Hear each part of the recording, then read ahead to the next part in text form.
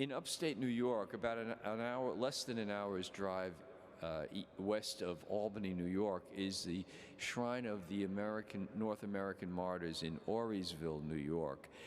It is a remarkable place that we have in such great proximity to us because it is the site of the actual martyrdom of several of the North American martyrs whom we commemorate today. Really the only true place of martyrdom in the New World that we know of. And it is a place that really ought to be more frequented as a place of devotion than it is. Sadly, it's come into some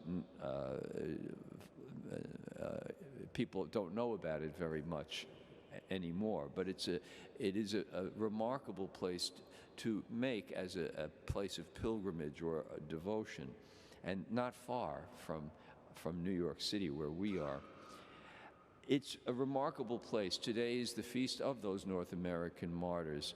It's also the day the Church commemorates as the memorial of Blessed Jerzy Popoluszko, who was the martyr in Poland in 1984 under the communists, a Polish priest who was horribly persecuted and beaten to death by the communist authorities for defending the rights of Catholics and of the Church.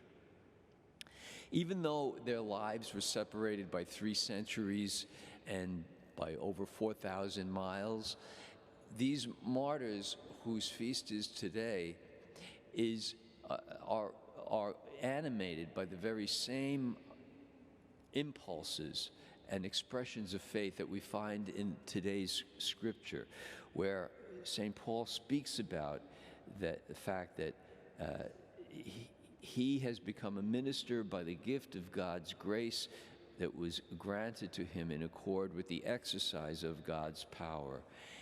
And when Christ says, much will be required of the person entrusted with much. Although most of us are not to be martyrs in that same sense of shedding our blood, there are those among us who are called to the white martyrdom of living a life of strict asceticism.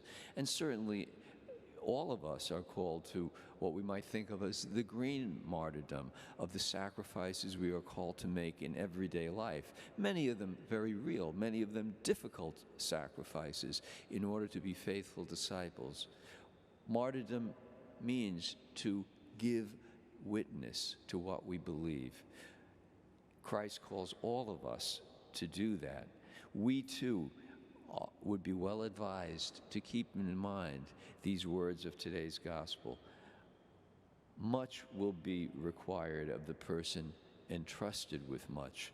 We have been entrusted with much, sometimes materially, but certainly spiritually, in the faith we share, in the graces we have received, in the duty we have to, like St. Paul, like the North American martyrs, like Jerzy Popoluszko, to be good stewards of those riches by giving witness to them by the example, the testimony, and the living out of our own life.